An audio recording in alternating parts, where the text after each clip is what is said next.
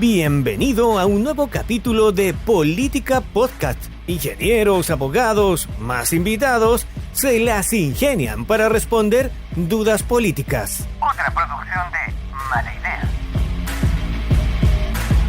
Hola amigos y amigas de Paislo, Radio Mía, Radio La Mega, Despierta FM y Radio Viva. Soy Rocío Gambra y esto es un nuevo Política Podcast. Día lunes 15 de abril.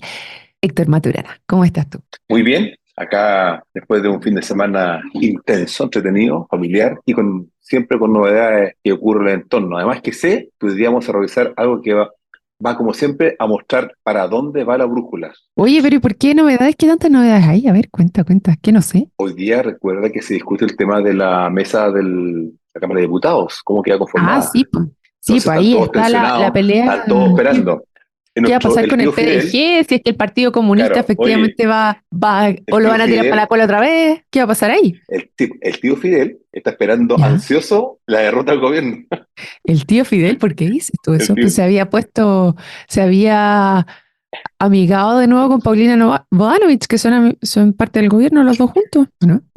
¿Qué sabes tú? A ver, ¿qué información privilegiada tienes? Pues sí, es cosa ver famoso en la red social X. Revísala brevemente y te das cuenta que está esperando ansioso. ¿Que caiga el gobierno? Claro, que pasen un par de ministros, dejen su puesto. Yo creo que eso, sabe que si hoy día hay derrota, debería implicar una caída de un par de ministros. Eso es lo que dice. ¿Y de quién crees tú que sería esa caída de par de ministros? Porque estaba mirando la encuesta y en verdad están como parejitos ahí, rascando el 5. El que ha notado muy silente, muy fuera del escenario, ha sido Álvaro Elizalde. A mí me llamó la atención lo soterrado que ha estado él, porque inicialmente se hablaba de que Álvaro Elizalde venía a entrar a ser parte del gobierno para tener mayor visibilidad ante una posible carrera presidencial. Y la verdad es que poco y nada toma de medio Álvaro Elizalde, ¿eh? Sí. Yo creo que parece que no le fue muy fructífero la opción, ¿no? Y yo creo vamos a ver. Veamos el día que pasa. Yo creo que más rato vamos a ver cómo el día derivó y en febrero vamos a ver qué pasa. Ahora, también sé, y es evidente, el presidente Boric no ha tomado, cuando ocurren derrotas de este tipo, no ha tomado cartas en el asunto como era en otros gobiernos, que cuando pasaba un tipo de un error, o sea, una crisis con este origen político, siempre caía en cabeza al piso. Y parece que ahora no. Ya, pero a ver, espérate, me perdí. ¿Cuál es la crisis política que crees tú que está enfrentando ahora Gabriel Boric? Si el gobierno pierde la testera, ¿cierto? La Cámara de Diputados, justamente una derrota para él. Debiera lograrse eso. Sí, tú estás hablando del pacto administrativo que tenía la Cámara de Diputados y la de senadores, porque la de senadores también se cayó. Eso ya se perdió ya. Entonces ahora viene la segunda parte, que es la de hoy día. Entonces veremos cómo eso evoluciona. Pero yo creo que, no sé si el presidente Boric saque a un ministro, ¿no? Lo normal deberá ser que se fuera un ministro. Me llama la atención eso. Ahora entendí tu línea de pensamiento y por qué me estabas hablando de Elizalde. Porque Elizalde, para los que siguen un poquito de política, o para los desactualizados también les contamos, es aquel que tiene la relación entre el gobierno y la Cámara de Diputados y el Congreso en general. Entonces es él el que se encarga de hacer estas negociaciones, hacer que pasen las leyes y tratar de liderar o moderar, porque son organismos independientes, el Congreso y el Ejecutivo. Entonces, claro, algo tiene relación Álvaro Elizalde, pero no es el 100% responsable. Pero sí, claro, si es que ya no se mantuvo y logró hacer que los partidos que el PPD lograra y los partidos del oficialismo lograran hacerlo en el Senado, si tampoco lo logra así en la Cámara de Diputados, es complejo. Ahora, en el caso puntual de la Cámara de Diputados, el que tiene, se supone, las cartas sobre la mesa o el que tiene la mano ahí es el Partido de la Gente. Y a lo que se les había ofrecido ahora era llevar una vicepresidencia. Y entiendo que quedaban mejor posicionados de lo que estaban antes. Sin embargo, al parecer estos habrían ido a las bases del Partido de la Gente, que habría dicho que no es algo que ellos van a tomar y que lo que ellos buscan es tener la presidencia de la Cámara de Diputados. Ahora vamos a ver qué es lo que pasa ahí, si es que tienen los votos de la oposición para poder llegar a la Cámara, o si nuevamente logran hacer esta configuración de con los votos del oficialismo, el Partido de la Gente llegue a la presidencia y hacer este enroque que sucedió ya con el Partido Comunista, porque el Partido Comunista le tocaba hace 2 vueltas atrás presidir la Cámara, pero no se llegó a acuerdo, entonces el Partido Liberal fue el que tomó la presidencia de la Cámara y después no fue de nuevo el Partido Comunista, sino que fue la DC que termina hoy día, lunes, y se supone que el cuarto periodo debiera ser del Partido de la Gente. Sin embargo, el Partido Comunista dice, ahora sí nos toca a nosotros. Y eso es lo que está en discusión, ¿no? Eso es para que más o menos la gente que nos está escuchando sepa de qué estamos hablando. Entonces, cualquier falla en este proceso, en este pacto administrativo, las esquirlas se las lleva Álvaro Elizalde, como es el puente, el hombre que articula, que logra los acuerdos para poder avanzar con esto de las leyes y en este caso en que se cumpla el pacto administrativo. Ya, yo no creo que eso vaya a pasar, no creo que vayan a sacar a Álvaro Elizalde por creo que no. este pacto administrativo. Yo creo que no es tan grande esa cuenta. Sí, la racionalidad es que se debería hacer quizás la vuelta pasada con el Senado, pero bueno, ya, lo mismo. Avancemos, vamos a lo que nos convoca. No, yo creo que no. Ya, pero parte de lo que nos convoca justamente es revisar la academia, y en la academia lo que viene en esta son cómo lo están haciendo los distintos ministros, así que es parte de lo que estamos analizando, porque cómo está evaluado Álvaro Elizalde en particular, que en la academia aparece con un 47% de aprobación y 47% de desaprobación. O sea, está ahí en la quemada, diríamos, ¿no? A ver, estoy revisando. Estás revisando. Ya, bueno, te voy a decir quién es el mejor evaluado por mientras, que es, adivina, el Albo campeón, dicen por ahí. Jaime Pizarro sigue liderando el ranking de ministros mejores evaluados. Para los que no saben, no estamos tan cercanos al deporte. Claro, era un exjugador de Colo-Colo, que efectivamente destacado, muy conocido, y que tiene un 78% de aprobación y un 16% de desaprobación. Y segunda está Jimena Aguilera. Ella es ministra de Salud, que tiene, ella no es tan conocida, creo yo, Jimena Aguilera solo un 48% de conocimiento, pero está muy bien evaluada con un 54% de aprobación, que sube en su aprobación Jimena Aguilera. Subió, sí. Después tenemos a Carolina Arredondo. ¿Sabes de quién es ministra ella, Héctor Maturana? ¿No sabes? Y no lo sé. Ella es ministra de Cultura, es muy jovencita, es hija de Arredondo, un actor, y de una actriz, la actriz de Los Venegas, que es actualmente diputada. Marzán. Y ella, Carolina Marzán, exactamente. Y Carolina Arredondo, bueno, se mantiene, diríamos, 52% de aprobación versus 55% que tenía en el mes de marzo, pero ella estaba muy criticada cuando subió, una por la edad, porque era muy jovencita, y por qué era lo que venía haciendo antes dentro del ministerio. No sé si te acuerdas, tenía un tema ahí con no una fundación, sino como una empresa o productora que se había adjudicado ciertos montos en pandemia y se habían comprado una moto. ¿Te acuerdas? ¿No te acuerdas? No sabía, no estaba ¿te acuerdas? Qué bueno que no estás a los auditores y a mí también al día. Al día de los compuchenteos que había. Yo creo que debe tener alrededor de 30 años. A ver, Carolina Arredondo, pero es, como te digo, muy jovencita. Ahora, el papá salió en la prensa esta semana. El papá de ella, dando ahí crítica hacia el gobierno, es del año 86. No es tan jovencita. Se mantiene bien la chiquilla. Tiene 38.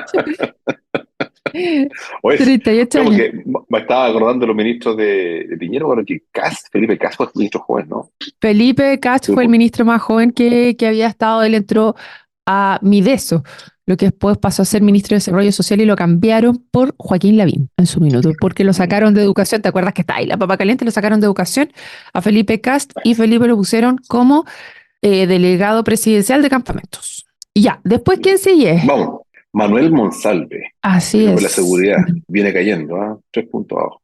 3 puntos abajo, sin embargo, se mantiene su aprobación 50 sobre 45. Lo cual se mantiene bastante bien. Y es interesante, yo no lo había visto ahora, a lo mejor me falla la memoria, pero vienen como por equipos. Equipo interior, equipo economía. Y lo que más he escuchado esta mañana es que el equipo economía bajó mucho a pesar de las cifras, de las buenas cifras que han tenido. Buenas. Una cosa es que hay esperanza y que hayan brote a que de verdad sean buenas cifras. No confundamos el tema. Nuestro crecimiento no está bollante, que digamos, por favor. O sea, qué bueno que estamos saliendo de la oscuridad, pero no significa que haya luz plena luz del día. Hay unos rasgos de luces, pero perdóname, no estamos bien todavía. Falta, por favor.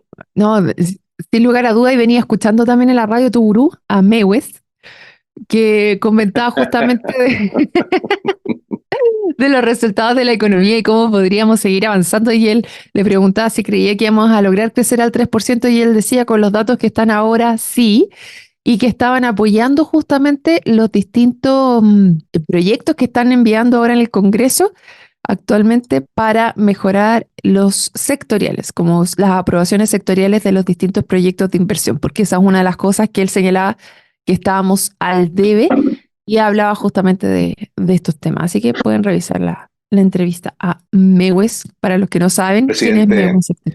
yo Ricardo Mayo, presidente de la Confederación para la Producción y el Comercio, sí, esa es la sigla correcta, CPC, sí, CPC. CPC, el gurú Sí, de Héctor Maturana. sí, te ríes, pero hizo buena carrera el hombre, ¿eh? No te rías de él, buena carrera. Bueno, el tema está en que viene a la baja tanto Mario Marcel como Nicolás Grau, ambos bastante en picada, podríamos decir, 8 puntos son los que Sí, bajan de un mes a otro. ¿Y por qué crees tú que se produce esta baja a pesar de que ya, ok, no son los datos bullantes y maravillosos que tú hubieras querido ver, pero sí han ido mejorando estos datos económicos actualmente? ¿Qué crees que fue lo que les pegó a ellos actualmente? puede ser el manejo de Huachipato ha sido malo, el caso de ¿Por Huachipato. qué? A ¿Tú sabes ver. lo que es Huachipato? A Es ver, que yo creo que yo sé, no, pero a ver, pongamos un contexto. Huachipato, una empresa privada, ¿cierto? Que muy antigua, que en un minuto empieza a quedar fuera de borde con el tema de los costos para poder competir con los chinos. Pasa el tiempo y empieza a perder plata y evidentemente se decide seriamente el cierre de Huachipato y eso implica no solo impacto directo en construcción, o sea, en la gente que trabaja ahí, sino que todo lo que implica el servicio vinculado a esta gran empresa de la octava región. Y eso un poco, la inacción por el tema, salvaguardas respecto a los productos chinos, y hubo más tensión también en ese tema, y quizás también haber sentido como, ok, estamos en crisis, ¿qué hacemos? ¿Cómo esta persona le podemos dar una reinversión laboral? ¿Cómo lo podemos reorganizar laboralmente? No hay nada, no existe nada, no se ve que hay una intención de generar mayor empleo, sobre todo en esta crisis que de la octava región es grasa. La octava región, tú sabes que tiene dos industrias, evidentemente, una justamente la forestal maderera, que es importante, que está muy golpeada y que todos sabemos que hay mucha fuga, ya no hay inversión en esa materia, por tanto yo creo que el tema forestal va a ir decayendo en los próximos 10, 12 años, producto que hoy día las empresas locales capitales de esa área se están yendo, dado la presión que hubo por los ataques que hubo en la novena región y octava región. Y ahora el tema de Chipato, claro, entonces la octava región se siente bien. Y la lectura del mundo trabajador es, oye, este gobierno que promete tanto, ¿qué está haciendo hoy día en esta crisis laboral que se avecina en esta región? Yo creo que eso está pegando fuerte. El quiebre del sueño del discurso con la realidad. ¿Lo ¿Y lees qué, tú y así? qué podría hacer el gobierno dentro de esto? Porque es una industria como cualquier otra. ¿Qué injerencia real puede tener el gobierno frente a esto, crees Lo tú? que, lo que pasa es que es como en tu casa. En tu caso tú tienes ejes críticos en la casa, ¿cierto? Luz, agua, me imagino, ¿cierto?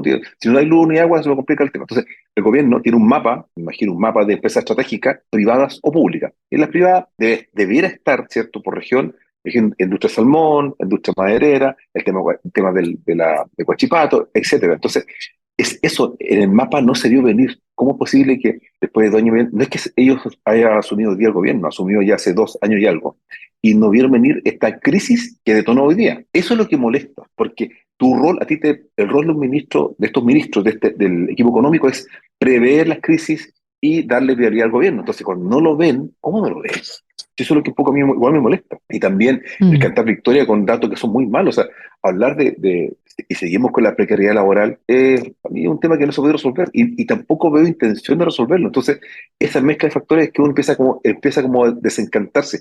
Marcel fue muy bien evaluado cuando estaba en el Banco Central, muy bien evaluado, pero hoy día, y punto aparte, el control de la inflación es porque el Banco Central es independiente. Recuerda que hubo cabezas calientes que pensaban colocarlo, quitarle ese rol de independencia, ¿te acuerdas o no? ¿Te acuerdas Mm. del primer proceso Cuando estábamos constituyente? claro, en el primer proceso Se constituyente, pensó ahí se que la discutió solución de este país, justamente y que la trabajara mucho solución, más cercano y le rendiese cuentas al claro, ministro de Hacienda, imagínate, efectivamente. Mm. qué bueno que sea independiente, porque qué bueno que esa luz de esperanza está en la inflación, logró hacer el Banco Central que es independiente. Pero en el área del gobierno, por favor, que faltan cosas, faltan muchas cosas. Pero, a ver, déjame ser un Falta. poquito abogado del diablo aquí, porque por un Dale, lado, dale. los, l- los que son parte de lo privado dicen traten de que el gobierno se meta lo menos posible en los temas privados. Estoy siendo abogado del diablo.